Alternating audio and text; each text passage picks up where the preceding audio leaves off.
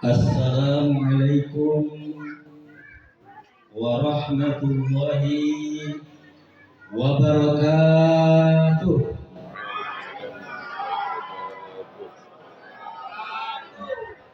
Bismillahirrahmanirrahim. Alhamdulillahirabbil alamin. Wassalatu wassalamu ala sayyidil mursalin wa ala alihi wa ashabihil mujahidin at-tahirin. Amma ba'd. Qala Allah Ta'ala fi Qur'anil Karim. Bismillahirrahmanirrahim. Rabbi shrah li sadri wa yassir li amri wahlul 'uqdatam min lisani yafqahu qawli yafqahu qawli. Allahumma zidna ilman nafi'an ya Allah. Allahumma zidna ilman nafi'an ya Rahman. Allahumma zidna ilman nafi'an ya Rahim. Ya Maulana Rabbal Alamin wa ya Mujibas Sa'ilin walhamdulillahi Rabbil Alamin. Yang kami hormati Ketua Panitia peringatan Hari Besar Isra Mi'rajnya Rasulullah Sallallahu Alaihi Wasallam, kemudian Ketua BKM beserta jajarannya, kemudian Ketua Ibu Wir Yasin beserta anggotanya, dan ketua-ketua lainnya lah Pak. Banyak ketua tadi, saya pun tidak ingat lagi ya. Umumnya bapak-bapak, ibu-ibu, terlebih-lebih anak-anak kami yang sangat kami sayang. Pertama sekali, puji syukur kita panjatkan kehadiran Allah Subhanahu wa Ta'ala yang bagaimanapun juga atas limpahan rahmat serta kasih sayangnya, sehingga kita dapat bertemu pada malam hari ini di masjid yang terbuka ini. Artinya namanya kan Al-Falah. Sembari dari itu, sholawat beriringkan salam ke pangkuan Rasulullah Sallallahu Alaihi Wasallam. Pak, Bu, Ibu, apabila nama Rasulullah disebut oleh seseorang, ucapkan sholawat, Bu. Tadi saya coba hanya sebagian kecil. Nabi Muhammad Sallallahu Alaihi Wasallam, yang mana syafaat Rasulullah nantinya yang sangat kita harap-harapkan, mulai sejak hari ini sampai akhir nantinya. Amin ya Rabbal Alamin. Ibu bapak yang kami muliakan, sebelum kita berbicara lebih jauh, nanti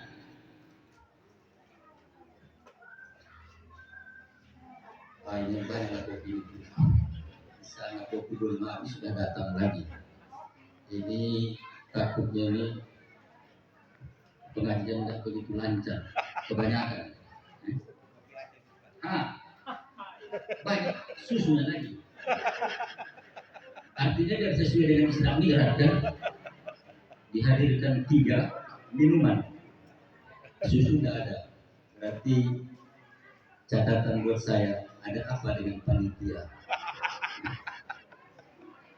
Baik ibu bapak yang kami muliakan, nanti di hari kiamat, di saat malaikat sudah membawa kita, digiring umat Nabi Muhammad ini ke neraka, berbagai macam caranya malaikat untuk menggiring kita ke neraka, bagian nasibnya ke neraka.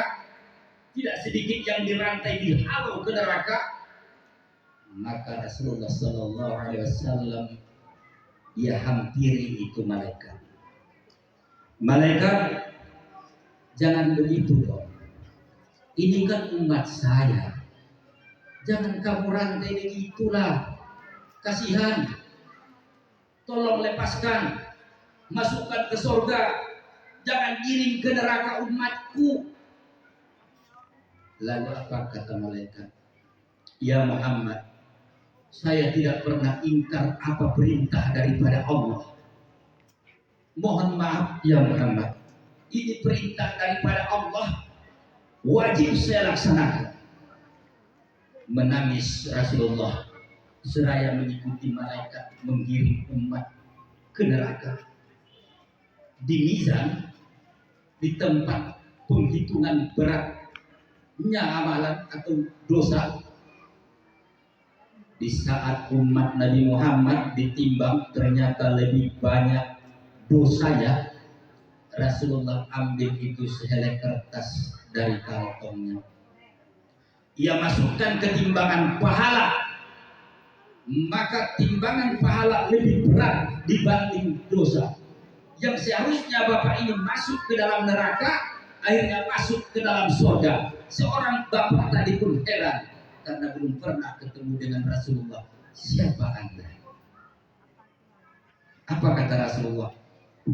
Wahai umatku, inilah aku Nabi yang engkau agung-agungkan. Inilah aku yang namanya Muhammad. Adapun kertas yang saya masukkan ke timbang amalanmu yang sedikit tadi, itu adalah hasil sholawat waktu hidup di atas dunia. Hasil sholawat yang engkau baca inilah penyebabnya kau masuk ke dalam surga. Jadi Pak Bu, hanya sholawat kita dimasukkan oleh Allah sebab Rasul ke dalam surga. Saya tahu kalau memang amalku tidak seberapa di atas dunia. Saya tahu kalau memang amalku sedikit. Tapi yang namanya sholawat kau tidak lupa dengan saya. Kau baca, bahkan ada amalan yang kau baca sholawat. Inilah yang membuat timbangan pahalamu berat.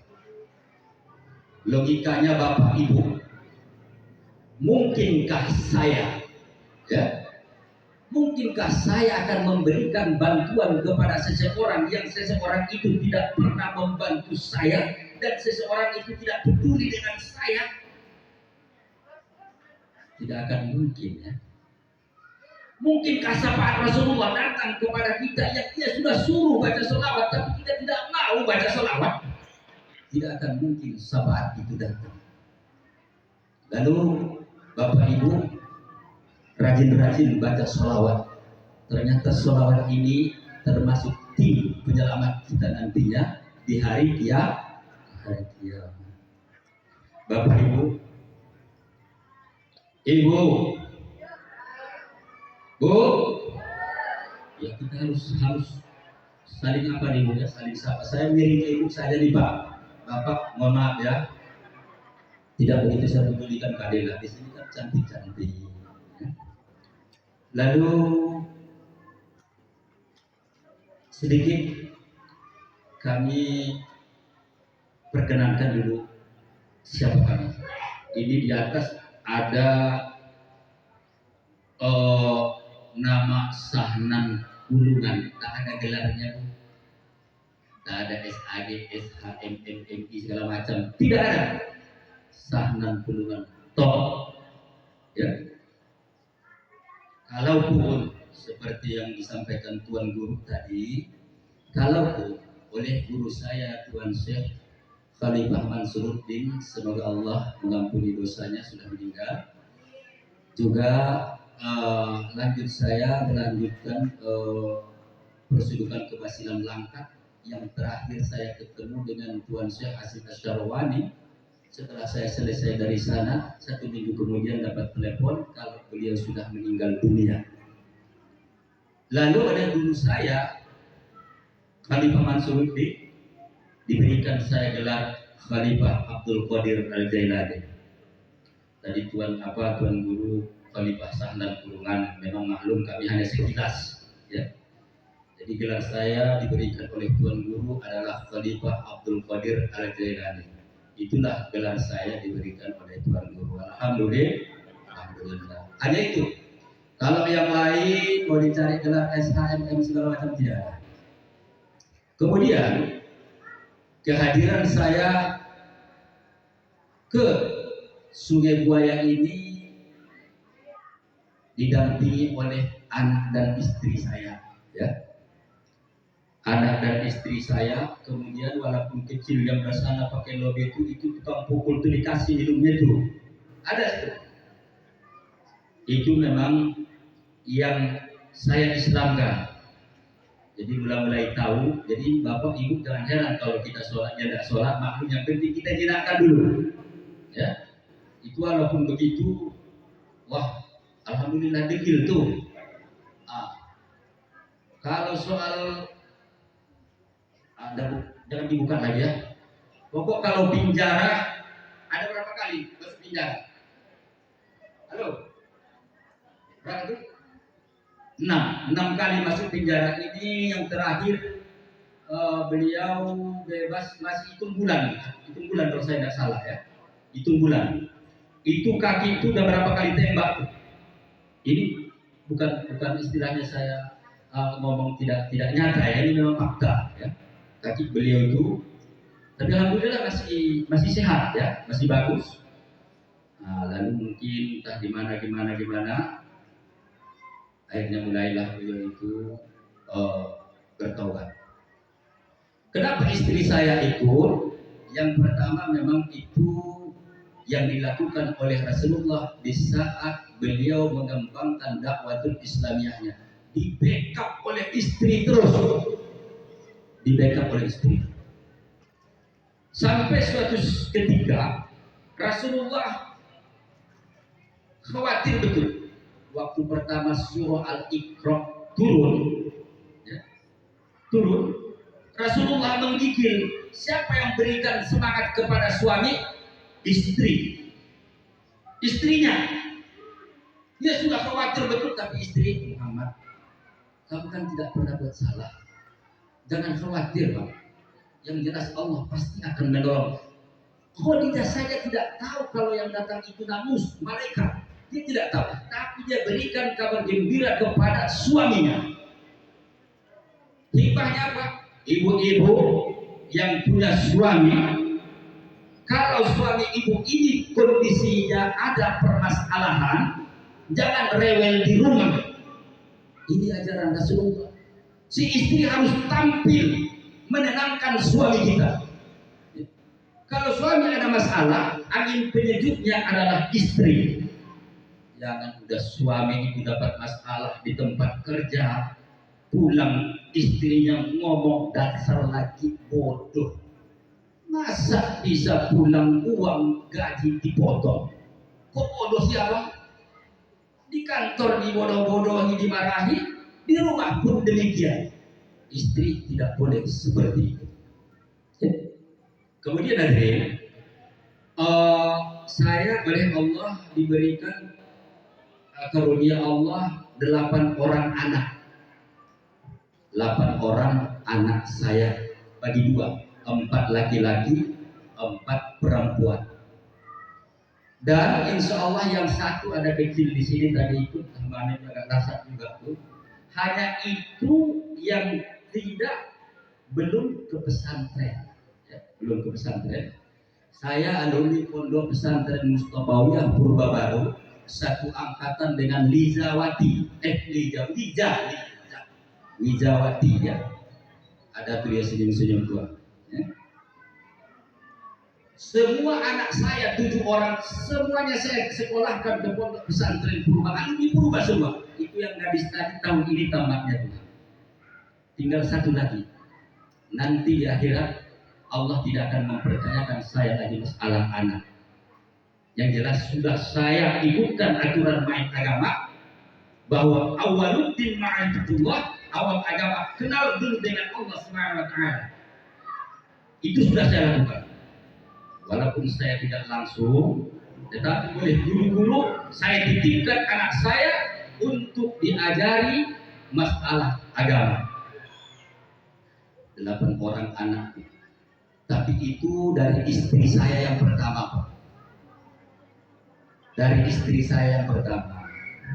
Istri saya yang kedua sampai sekarang alhamdulillah belum ada. Ya. Belum ada. Tapi boleh 2 kan, Bu? Boleh 2? Boleh istri 2, Pak? Wah. Boleh, Pak? Dengar. Bu. Tandai yang bilang boleh. Jangan terlalu dikasih keluar malam. Bahaya. Ya. Ibu bapak yang kami muliakan,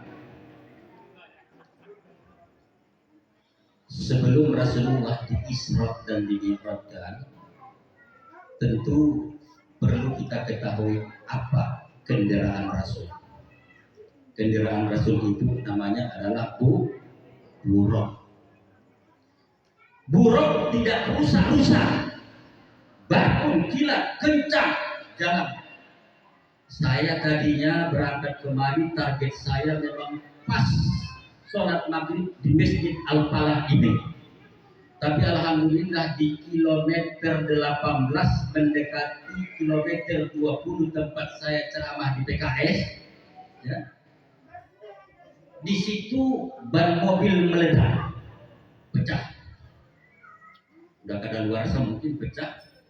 Akhirnya saya coba buka, kebetulan itu yang saya bawa, aku nggak ngerti masalah mobil. Makanya tadi Bang Haji bilang dapat yang bawa anak-anaknya, saya sambut langsung, udah jalan.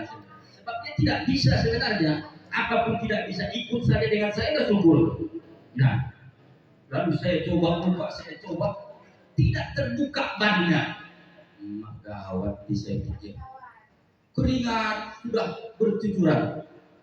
Gimana caranya lagi ini?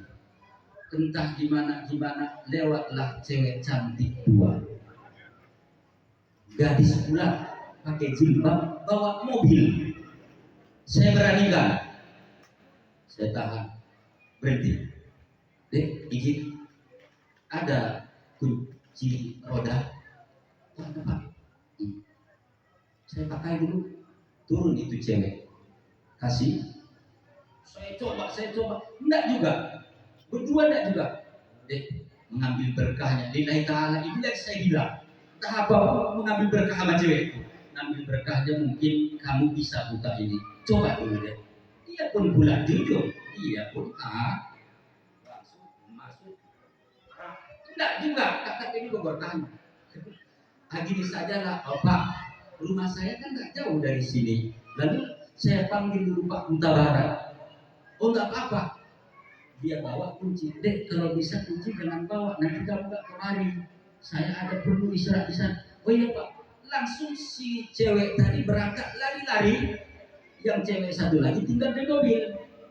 Alhamdulillah datanglah si Barat dengan dia pakai Honda. Sebab itu sampailah saya kemari. Kenapa? Karena buruk yang saya tunggangi tidak top chair.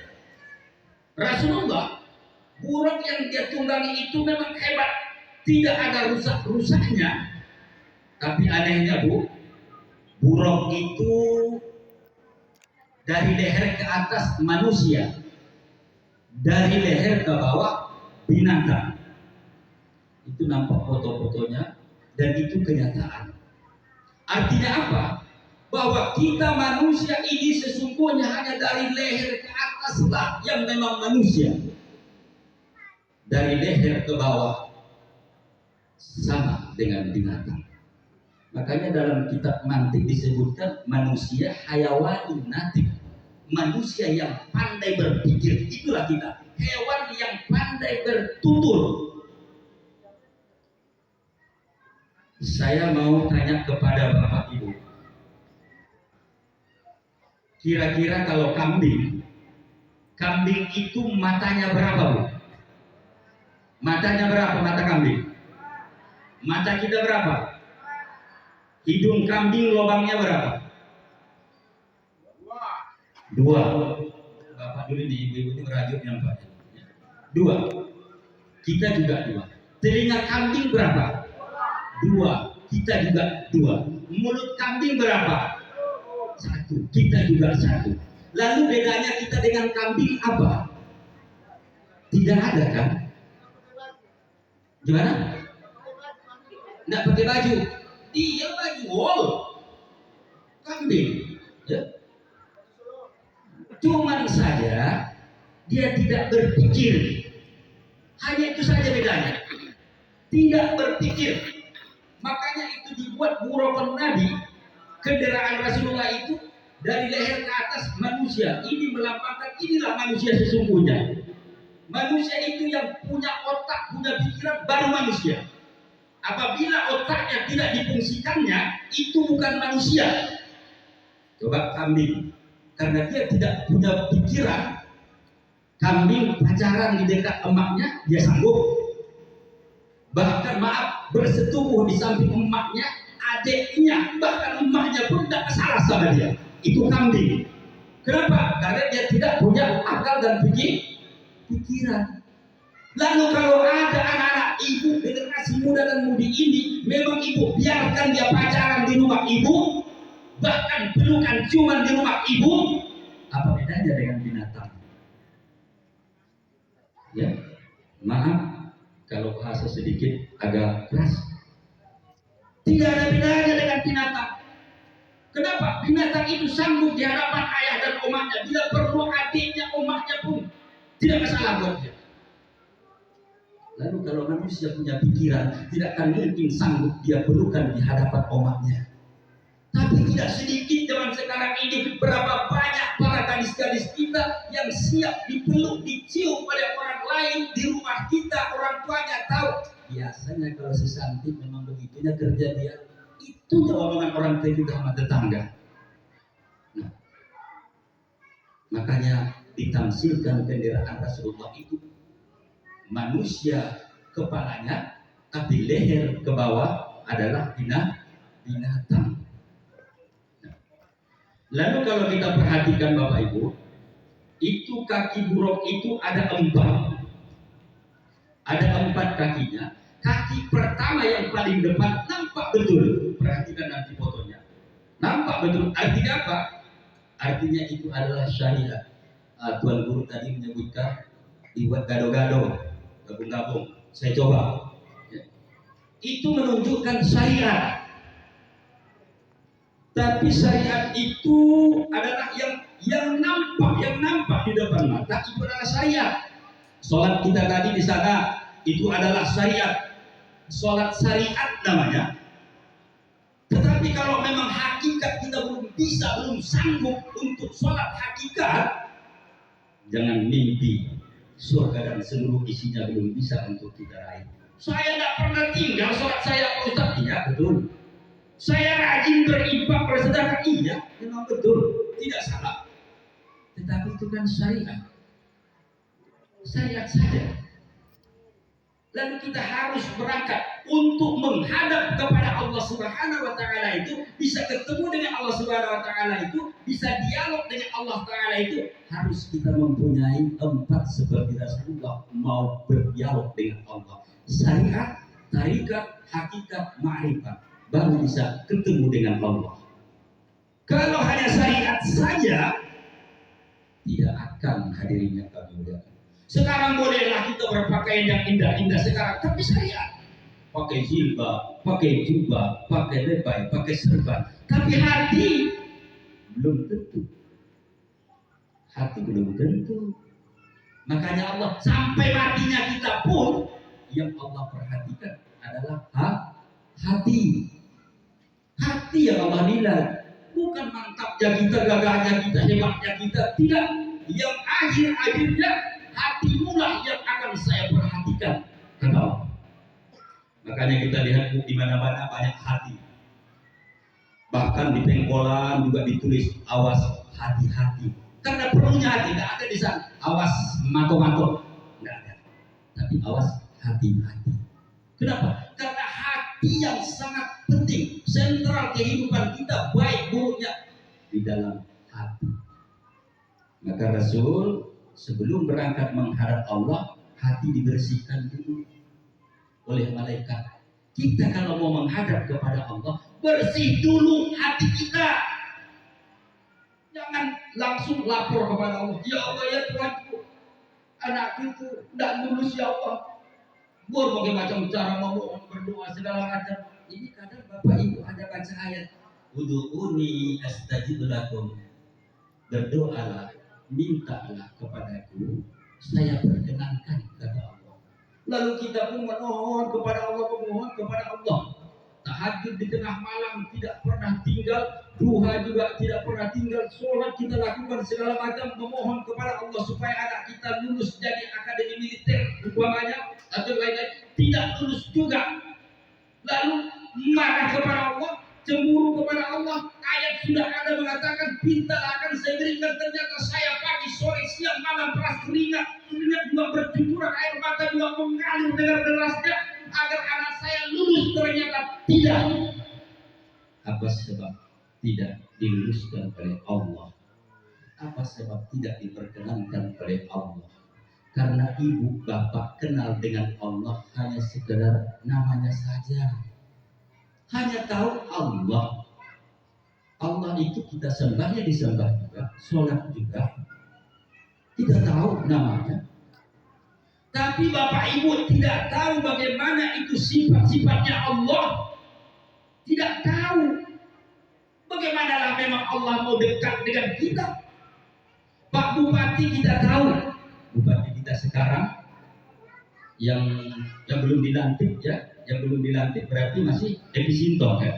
Kita kenal namanya Episinto, tapi sekedar nama. Ibu tidak pernah ketemu dengan Episinto, juga tidak tahu bagaimana karakter mentalnya Episinto. Datang bawa lamaran. Tuh, iya sih Satpol PP mungkin terima lamaran, tapi apakah ini diterima oleh Episinto? Tidak akan. Kenapa? Karena dia tidak kenal. Ibu pun tidak kenal. Ibu tahunya hanya nama. Allah tidak bisa diperumpamakan dalam, tapi ini memperlihatkan paham.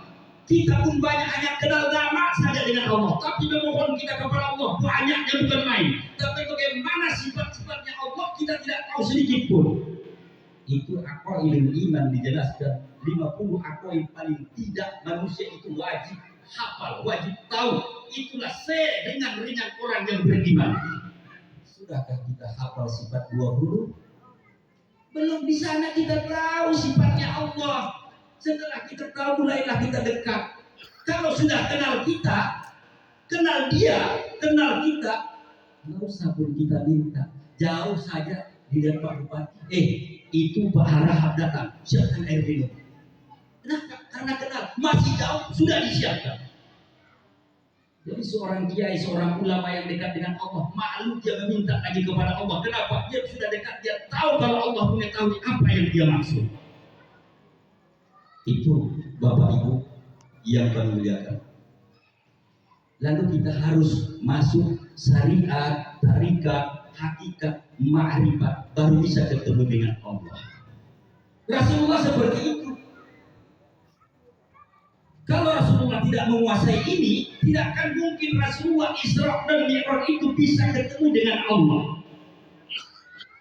Lalu Bapak Ibu, masalahnya sekarang, kalau kita bekerja di kantor, upayakan dekat dengan pimpinan kita, kita ketahui persis siapa pimpinan kita.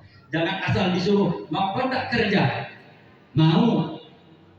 Belum ditanya lagi kerja apa segala macam, sudah mau. Pertama kita telusuri dulu. Kalau perusahaan, siapa pimpinannya? Bisa nggak kita merapat? Bagaimana kinerja di dalamnya? Ikutilah dia. Kalau tidak, tidak usah sembarangan mau. Rasulullah begitu. Dia ingin tahu dulu siapa Allah sesungguhnya. Diperintahkan untuk sholat, tapi Allah yang mau saya sembah ini siapa dianya? Makanya Rasulullah sewaktu belum ketemu dengan Allah, dia tidak satu kali pun melakukan sholat wajib. Tak ada Rasulullah sholat berapa tahun, tak ada Rasulullah sholat wajib. Kenapa? Dia belum ketemu dengan Allah. Dia belum tahu siapa Allah sesungguhnya yang digadang-gadangkan ini. Demikian hanya dengan kita. Kita mau sholat berhadapan dengan Allah Subhanahu wa Ta'ala. Memangnya Allah butuh disembah? Tidak, Allah tidak butuh disembah sesungguhnya. Tetapi mekanismenya kita memang harus menghadap. Disitulah kita dialog dengan Allah. Maka sholat tidak sembarang sholat waktu, tidak sembarangan. Maaf, ini saja para kiai, para ustaz banyak salah. Allahu Akbar. Sami Allahu liman hamidah. Sami Allahu liman hamidah. Mantap memang ya, kita dengar, tapi salah. Sami Allahu liman hamidah. Itu kan Allah Maha mendengar artinya. Berarti kan huruf ain yang kita pakai di situ, Bu, sama artinya mendengar. Sami Allahu liman hamidah. Ain. Jangan sami Allah alif. Langit artinya. Satu baris, satu huruf, salah, sangat fatal artinya. Ya, ini kita anggap remeh memang, tetapi banyak orang yang tidak bisa membedakan ain dengan huruf alif. Oh, susah kita mengatakan sami Allahu liman hamidah, susah. Tapi kita sudah terbayang kalau itu huruf alif, huruf ain. Jangan sama sekali kita tidak tahu. Makanya mohon maaf, berapa banyak kita yang sholat ini memang kita jalan terus, tapi mencakapi orang jalan terus, ya, menghibah jalan terus. Di Isra dan di Mi'raj kata Rasulullah, ditinjau neraka, lidah itu terdalam panjang dipijak orang banyak, berat. Kenapa? Mencakapi orang kerjanya. Yang akan datang sudah dilihatkan oleh Allah kepada Rasulullah, umatku bakalan begini. Sudah nampak. Nah, ibu bapak yang kami muliakan,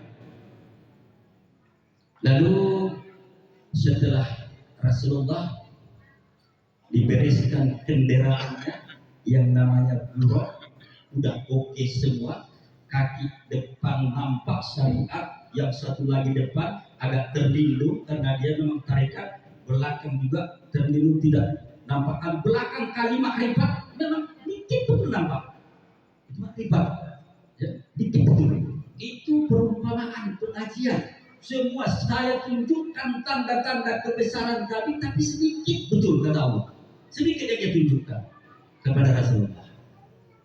Nah, setelah itu barulah Rasulullah naik mengendarai buruk,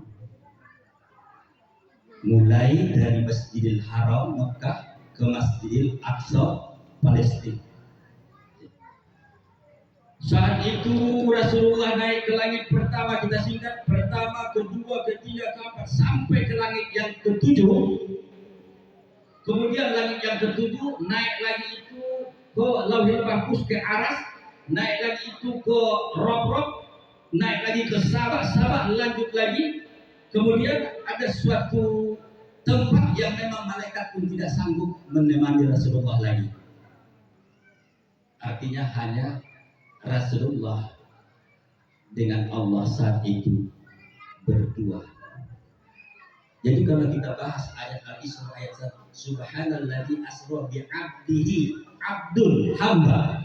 Ya. Yang namanya hamba bukan roh. Yang namanya hamba jasad dengan ruh. Itulah hamba. Lalu Rasulullah waktu berhadapan dengan Allah itu abdul, jasadnya beserta ruhnya langsung berhadapan dengan Allah Subhanahu wa Ta'ala. Begitu berhadapan, oh ini komandan saya rupanya, inilah orangnya, langsung tersungkur sujud Rasulullah seperti sujudnya kita sholat lama. Dari sinilah makanya dianjurkan sujud itu meminta kepada Allah Subhanahu wa Ta'ala. Waktu saat itu Rasulullah meminta, setelah itu Allah tahu, Muhammad angkat kepalanya. Lalu Rasulullah pun dia angkat duduk seperti dua sujud kita sujud. Katakanlah apa yang ingin kau katakan kata Allah. Apa kata Rasulullah sebagian kecil saya sampaikan. Ya Allah, kalau ibarat kita ini kayaknya mengeluh lah kira-kira ya, sebab itu lah. Ya Allah, Itu Nabi Musa kamu berikan sama dia gelar kalamullah. Itu juga kamu buat Nabi Ibrahim Habibullah. Muhammad, mulai sekarang saya berikan gelarmu Habibullah. Ibrahim tadi Khalilullah ya. Saya berikan gelarmu Habibullah. Habibullah itu adalah pangkat tertinggi di antara Nabi dan Rasul. Inilah gelar yang saya berikan buat. Lalu kesan-kesan masalah sholat dan lain sebagainya saya tidak jelaskan itu lagi. Namun intinya Bapak Ibu, kalau sholat jangan sembarang sholat, karena Rasulullah ambil ini sholat langsung berhadapan dengan Allah Subhanahu Wa Taala. Dia lihat kalau umatnya kepingin juga langsung berhadapan dengan mata kepala kita berhadapan dengan Allah, dan itu tidak akan mungkin terjadi. Lalu Rasulullah mengatakan, wahai umatku, mi'rajul mu'minin as-sholat. Kalau memang kepingin seperti saya juga mi'raj. Jadi mi'rajnya kamu adalah sholat. Jadi kita kalau mau Isra Mi'raj kepada Allah, sholat naik turun, ruku, sujud, ruku. Rasulullah naik turun, Nabi Musa suruh kembali lagi sehingga tinggal naik turun. Kita pun Allahu Akbar. Ini Isra Mi'rajnya bagi orang yang beriman. Baru kapan kita dialog yang serius dengan Allah? Waktu di kalimat yang namanya syahadat. Ya. Waktu kalimat syahadat itulah memang puncak daripada sholat dialognya kita dengan Allah. Asyhadu an la ilaha illallah. Syahadat tauhid dengan syahadat Rasul. Dan pada saat itu Bapak Ibu, kalau bisa hakikat makrifat. Kalau bisa, di saat kita syahadat itu bukan sahnan nilai yang saat itu berhadapan dengan Allah. Tidak. Bisakah kita menukar pada saat itu? Asyhadu an la ilaha illallah, dijawab oleh Allah, asyhadu annaka ya Muhammad Rasulullah. Kembali kita kepada proses awal waktu Rasulullah di Isra dan Mi'raj. Lalu kita ini hanya sekedar robot yang diperjalankan pada saat sholat itu. Mampukah kita melakukan itu? Itu dialog kita dengan Allah Subhanahu Wa Taala. Sehingga kalau itu sudah berurat berakar dalam batang tubuh kita, insya Allah tidak akan khawatir kita dalam hidup. Oh, datang namanya itu angkatan mau membunuh kita, posisi kita berdarah, tidak masalah. Kita nggak perlu harus takut. Datang perampok, kita tidak harus takut. Makanya saya katakan bodoh banyak manusia itu sama kau jadi bebek namanya. Banyak orang yang dia rampok. Kau kecil, tapi kok takut samamu? Kalau Allah sudah berurat berakar dalam batu tubuh kita, sudah jelas kita tidak khawatir dalam hidup ini. Kenapa? Kalau kita tarik pengajian sedikit, kita tarik ke belakang ini, ke belakang betul. Sewaktu wujudnya Allah, sewaktu adanya Allah, ya. Belum ada yang lain. Waktu adanya Allah Ta'ala, kemudian dijadikan Nabi Muhammad dalam bentuk nur pada saat itu, dijadikan oleh Allah Subhanahu Wa Ta'ala. Ini diamnya ini diam mengantuk atau serius ini negara? Kopi.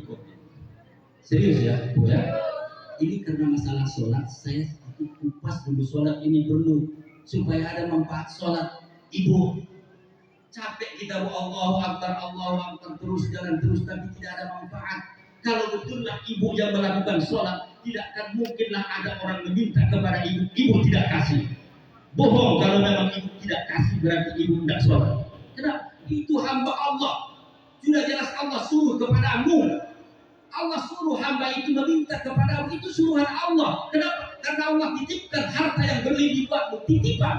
Maka dia suruh, hei hambaku, kesanalah kamu. Kalau betul kita sholat, kalau pun tidak seperti yang dia harapkan, pasti kita kasih. Mungkin harapannya 100.000, 5.000, tapi tidak akanlah mungkin dia keluar kosong. Alangkah kejamnya kita. Memangnya itu harta kita. Saya sekitar 2 bulan yang lewat, ada bapak-bapak datang ke rumah, kebetulan duit seret pada saat itu. Lalu datanglah orang tua yang sangat tua, pakaiannya pun tidak lebih mantap, pengemis cara berpakaiannya. Ini amis pula di orang tua. Pas lagi makan saya, assalamualaikum, waalaikumsalam, masuk. Kebetulan nggak nampak di dapur kan?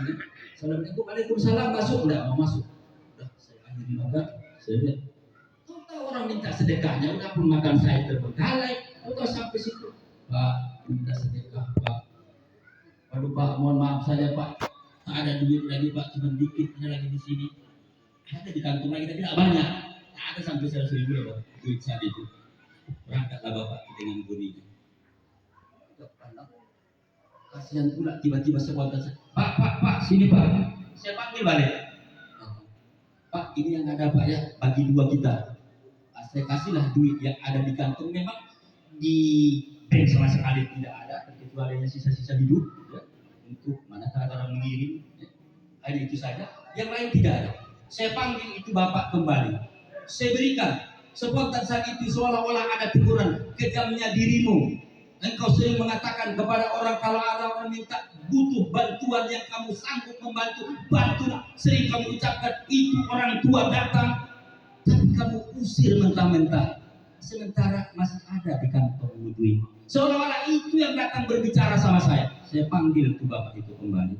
Saya bagi. Lalu kalau memang kita betul-betul sholat, memang kita menghadap kepada Allah Subhanahu wa Ta'ala, ini rumah mewah yang banyak ini tak begitu dikali kita. Kenapa? Kita tahu kalau kan memang yang akhirnya hanya semeter kali 2 meter. Lalu kita tidur, udah perumpamaan memang ini rumah mewah, semua kita tiduri putar-putar tiap malam. Tidak ada. Sama seperti kuburan, dikit aja kita lalui, sedikit. Itu yang kita nikmati. Nah, kalau sudah kita meninggal, tidak ada artinya semua harta yang dititipkan Allah. Waktu ia titipkan kepada kita, berikan wa amtiku mimma razaqnakum. Nafkahkan kamu rezeki yang saya berikan kepada kamu, kata Allah Subhanahu wa Ta'ala. Cantik kita, gagah kita, ganteng kita, tapi kalau kita tidak pergunakan titipan Allah kepada yang baik, sama sekali tidak ada artinya. Bukankah Bung Haji Romai Ahmad jauh sebelumnya sudah mengatakan, badan kita berharga sesaat ditinggal nyawa. Itu kata Bung Haji Romai Ahmad. Jadi santapan cacintana, jadi santapan cacintana, hanya yang tersisa kerangka. Begitulah Tuhan jadikan semua dikebumikan. Dari kamar yang indah, kapur dan putih, kini sudah berubah menjadi mayat. Tak ada artinya lagi. Waktu kita hidup, Rasulullah memang dia itu mau sholat wajib setelah dia tahu persis siapa Allah sesungguhnya. Itulah diserahkan, dimi'rajkan. Lalu kita caranya bagaimana? Belajar. Tuan guru juga ada nih. Tadi saya sebenarnya Abang Harahap, ketua panitia yang aku sayangi. Ya. Tadi sebenarnya saya sering perasaan memang Tuan guru udah tahu tuh. Ya. Bukan kita melihat Allah Ta'ala dengan mata kepala kita, itu tidak akan mungkin. Nah, jadi kalau namanya hakikat tidak akan bisa kita lihat langsung. Tidak ada orang yang bisa melihat hakikat. Hakikat itu tidak nampak, tapi bisa dirasakan. Bisa dirasakan oleh badan kita masing-masing. Contoh sedikit saja. Ibu percaya ada nggak angin? Bu, percaya ada angin? Bisa ibu pegang? Bisa ibu rasakan? Nah, Allah Ta'ala ada sesungguhnya. Tidak bisa kita lihat, tidak bisa kita pegang, tapi bisa kita rasakan dalam batang tubuh kita bagi yang memang mengetahui. Makanya Allah Ta'ala, ana aqrabu min hablil warid, saya lebih dekat daripada urat nadi, kata Allah Subhanahu wa Ta'ala. Bayangkan kalau urat nadi kita sudah di leher, lebih dekat kata Allah lagi. Lebih dipertajam Allah lagi dalam ayat Al-Quran. Wa huwa ma'akum aina ma kuntum. Saya ada bersama kamu, beserta ya, beserta kamu dimanapun kamu berada.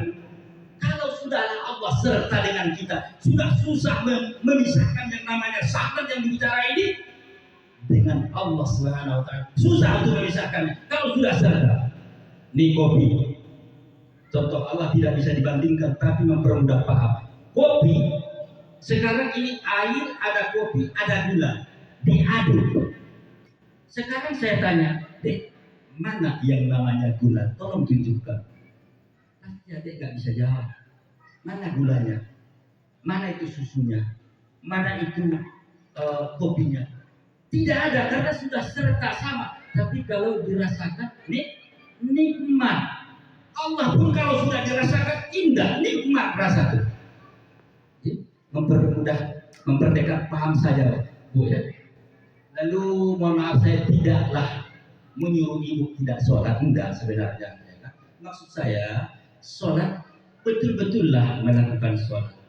Jangan sembarangan sholat saja. Itu yang namanya Nabi Ibrahim juga dia belum melakukan sholat sebelum dia tahu siapa Allah sesungguhnya.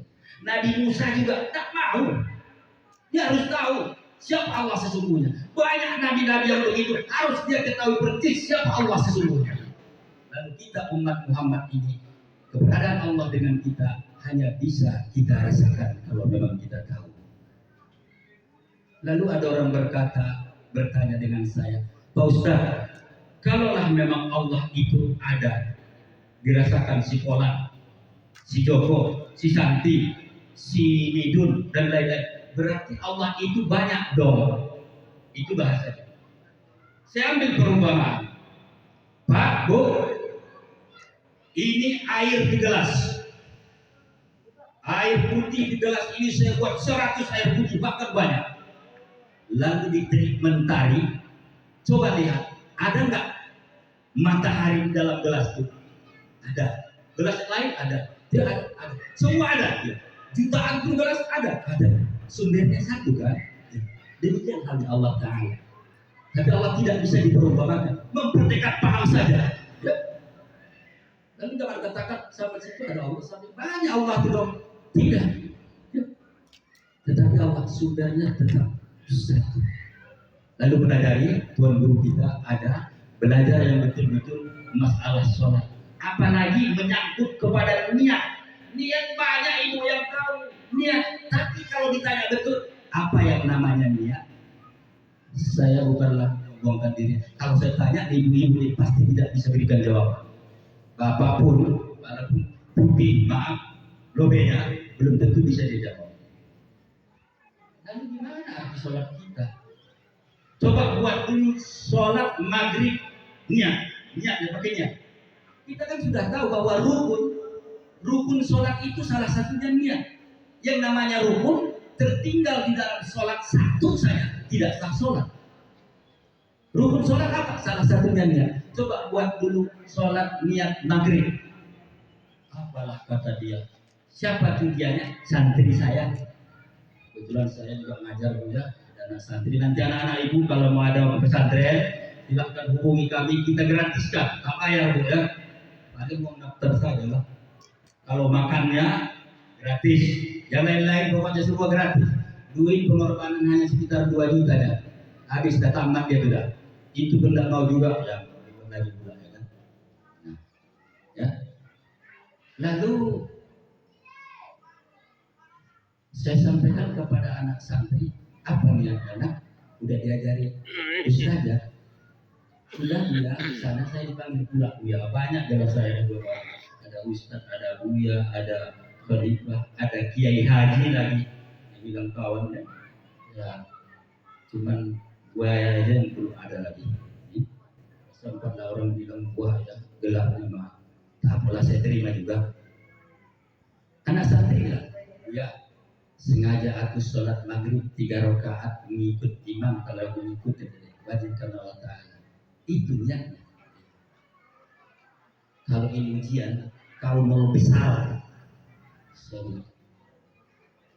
Ibu pun kalau ditanya pasti itu jawabannya. Sholat isya sengaja, aku sholat isya itulah niatnya Ustaz. Dari mana pula? Yang namanya niat ibu bapak itu adalah di dalam hati yang tidak satu pun manusia mengetahui kecuali kita dengan Allah. Itu baru niat.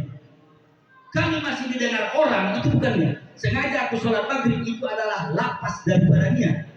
Ya? Itu lapas daripada niat. Tapi kalau niat di dalam hati kita, nggak ada yang tahu, hanya kita dengan Allah. Makanya tidak sedikit manusia sholat pura-pura mantap dia gerakannya, tapi niatnya tidak ada dalam hati. Nggak sholat orangnya itu. Rukun tertinggal satu. Pelajari. Yang belum, ini Pak Ustaz juga ada Pak Harahap. Itu ada di situ rukun fi'li, rukun qoli, rukun qalbi. Rukun fi'li itu adalah perbuatan kita. Ya. Rukun qoli omongan kita. Allahu Akbar itu rukun qoli dalam sholat. Fi'li perbuatan rukun sujud. Kalau dia ada rukun sujudnya, dia juga sholat. Walaupun bagaimana? Rukun qalbi itulah niat hati. Tanpa ada juga niat di dalam hati, itu tidak sholat, namanya itu rukun. Bentuk ibadah apa saja, mau puasa dia, mau haji dia, mau apa dia, niat utamanya. Tanpa ada niat di dalam hati, hanya kita dengan Allah yang tahu, maka tidak sah ibadah kita. Puasa orang puasa kita, sholat orang sholat kita. Makanya sudah pernah terjadi di zaman Rasulullah, ada orang yang sholat itu di Madinah, ada orang yang sholat, ada orang yang tidur, iblis datang. Iblis datang mau menggoda orang yang sholat, tak jadi. Kata Rasul, iblis, kenapa tidak jadi kau goda itu? Sampingnya ada orang tidur ya Muhammad. Lah, kok ini takut kau orang tidur ketimbang yang sholat? Iya Muhammad, itu kalau orang yang sholat atau apa-apanya tuh. Orang ruku, dia sujud, orang sujud, dia datang. Kalau itu yang tidur, itu orang yang mengetahui sampai tidurnya pun mengandung ibadah. Kata si iblis, iblis ini kan orang pintar, orang hebat ini. Lalu Rasulullah mengatakan, naumul alimu khairun min ibadatil jahil. Tidurnya seorang yang mengetahui jauh lebih baik ketimbang ibadah, tapi orang tidak tahu. Puasa orang puasa dia, zakat orang zakat dia, haji orang haji dia. Kalau betul-betul lah kita tahu mengerti bagaimana berangkat ke Makkahul Mukarramah sana, pasti pulang dari Mekah jauh drastis tingkah laku dan lebih baik di Indonesia ini. Itu jelas itu. Ini pulang dari Mekah lebih parah lagi ketimbang belum berangkat. Apalah nama itu juga. Seolah-olah Allah bilang, kau sudah ke rumahku secara syariat, kau sudah nyampe, banyak belum nyampe, tapi tingkahmu lebih kurang ajar, malaikat lurus saja dia. Seolah-olah seperti itu, cuma Allah pun kasih penyayang, tidak seperti itu. Ya. Kalau saya lah, selesai sudah. Itulah gunanya Rasulullah di Isra dan Mi'rajkan itu menjemput sholat, tapi tahu dulu ini bacaan mau kemana, surat mau kita antar, kita tahu dulu dong. Ini alamat surat mau sama siapa? Jangan asal antar, dalamnya narkoba kena tangkap kita.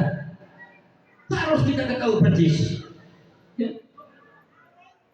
Baik, saya minum dulu Pak Bu, karena waktu tidak disadari ya.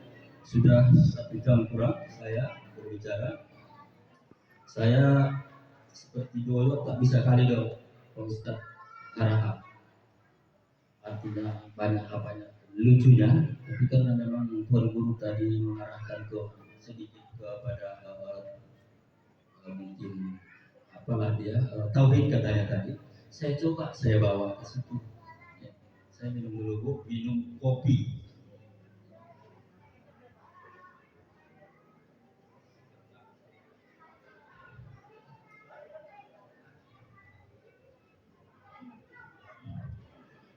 Lalu tadi saya singkat semua ya.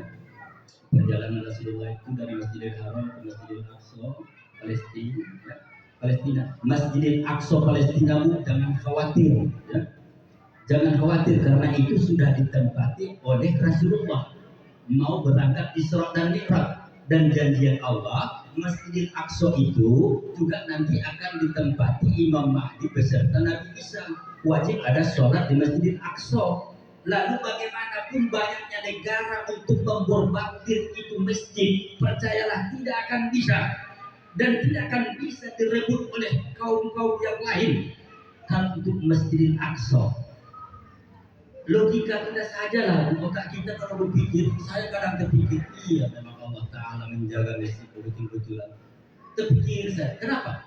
Saya tahu melalui media bahwa setiap tahun ribuan umat Islam Palestina yang meninggal di sana, mulai dari bayi yang dihajar mereka.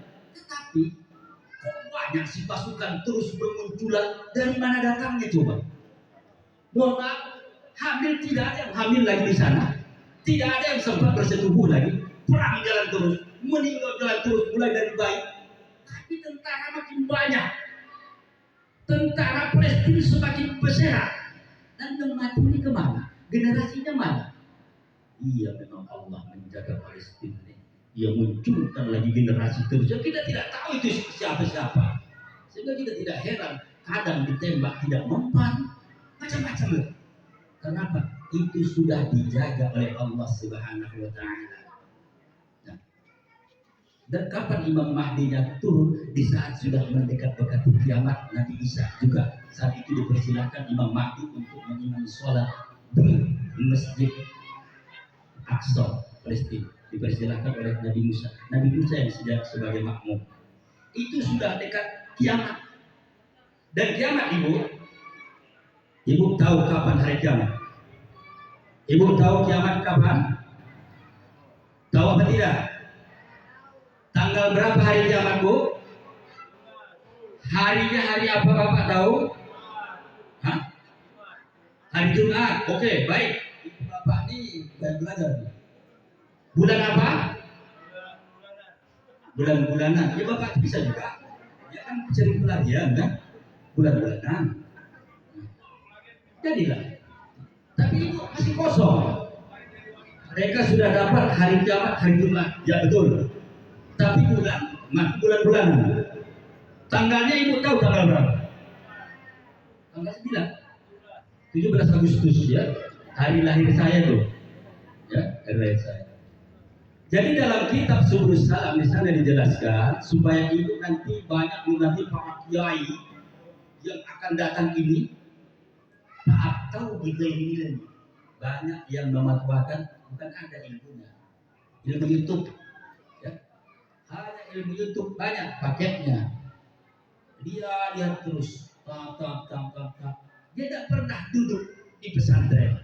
Tapi kalau memang Ustaz tanggung habis dijelasnya tuh, nah, kenapa? Udah YouTube banyak Pak tahu di ghairi ilmi, dia mematwakan tanpa ada ilmunya. Wa'adillu sudah sesat menyesatkan lagi. Itu bakalan terjadi kata Rasulullah. Ya, harusnya ilmu itu al-ilmu bitta'allum, itu dalam kitab tasawuf ya. Ilmu itu dituntut, dipelajari, ada gurunya. Bukan bisa, tapi YouTube itu adalah perbandingan ataupun memperluas wawasan bagi yang sudah punya ilmu. Nah, itu kegunaannya. Lalu di dalam kitab Subulus Salam dijelaskan bahwa hari kiamat itu terjadi pada hari Jumat. Betul Bapak tadi. Bulannya bulan Muharram. Tanggalnya tanggal 1. Tanggal 1 Muharram hari Jumat, itulah hari kiamat. Tahunnya rahasia Allah. Karena memang Al-Quran mengatakan tidak satu manusia pun yang mengetahui kapan hari kiamat. Tapi dijelaskan dalam hadis harinya, tanggalnya, dan bulannya, tahunnya yang rahasia. Tidak kita ketahui tahun kapan. Makanya setiap hari Jumat rajin-rajin ke masjid, mana tahu kiamat. Kalau Bapak Ibu ingat tahun 1999 tanggal 9 hari Kamis kiamat. Di sini sampai tak ada. Di Duri itu beredar tanggal 9 bulan 9 tahun 1999 kiamat. Maka ada Ustaz mengatakan antinya supaya jangan terjadi huru-haranya sehingga tidak jadi kiamat, masak lemang. Ibu-ibu pun memasak lemang banyak di dunia. Ini memang boleh dicek. Banyak masak lemang bukan dimakan, dibuatlah dengan pintu. Lalu akhirnya saya merantas itu, Bu. Elok Tuhan kasih sama kami deh. Tak ada kiamat itu dong. Kenapa tidak ada kiamat? Tak hari Kamis kiamat. Tidak pula lah tahun 1999. baru banyak yang ikut dengan saya, tapi lebih banyak yang masak lemak. Bukannya dimakan,